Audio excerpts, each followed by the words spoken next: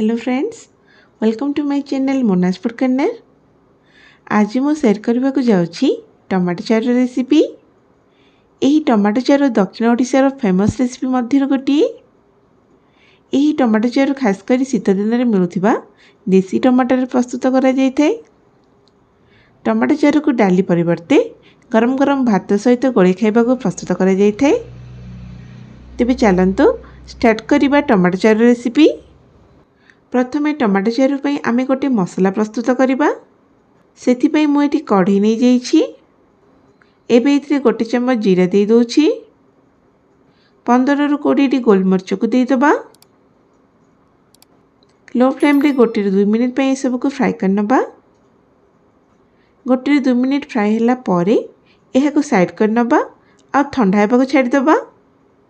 Tomato Charu बनेबा पई मु एठी 5टी मीडियम साइज रो देसी टमाटर नेछि आ एही भली छोट छोट करी काटि नेछि। देसी टमाटर जेहेतु अधिक खट्टा होई थाए तेनो टमाटो चारू देसी टमाटर ही अधिक स्वादिष्ट होई थाए। वर्तमान टमाटो सब को गोटे ग्राइंडिंग जार को ट्रांसफर करनो अछि आ एहार एक फाइन पेस्ट बनै नबा।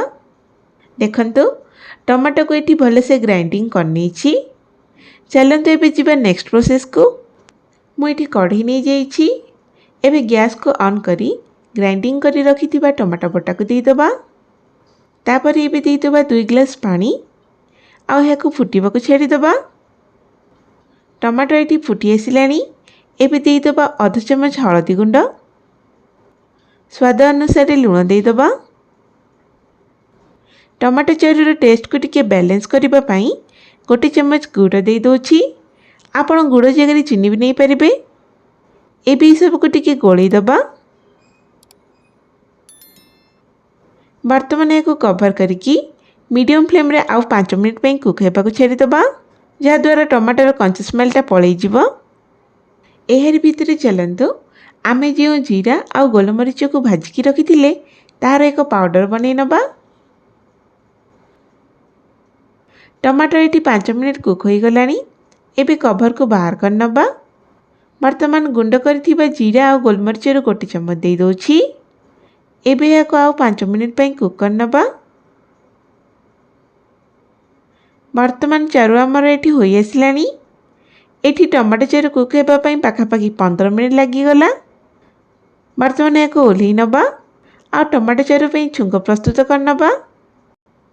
छुंको बनेबा पई मु एठी गोटे पैन नै जाइछि।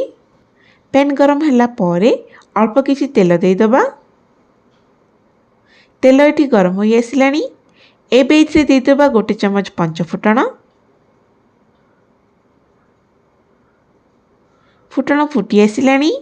एबे दे दबा 2टी कंचा लंका आ 2टी सुखिला लंका। एबे दे दबा 10 रु 12 टी छेचा होइतिबा रसुण। टमाटो चारू रे रसुण रो परिमाण अधिक रखिबे।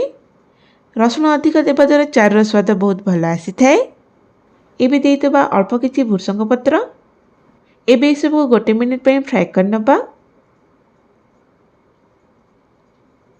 शेषरे अल्प किछि हिंग गुंड देकी मिक्स कर नबा। वर्तमान छुंको को नेकी टमाटो चारू रे दे दबा।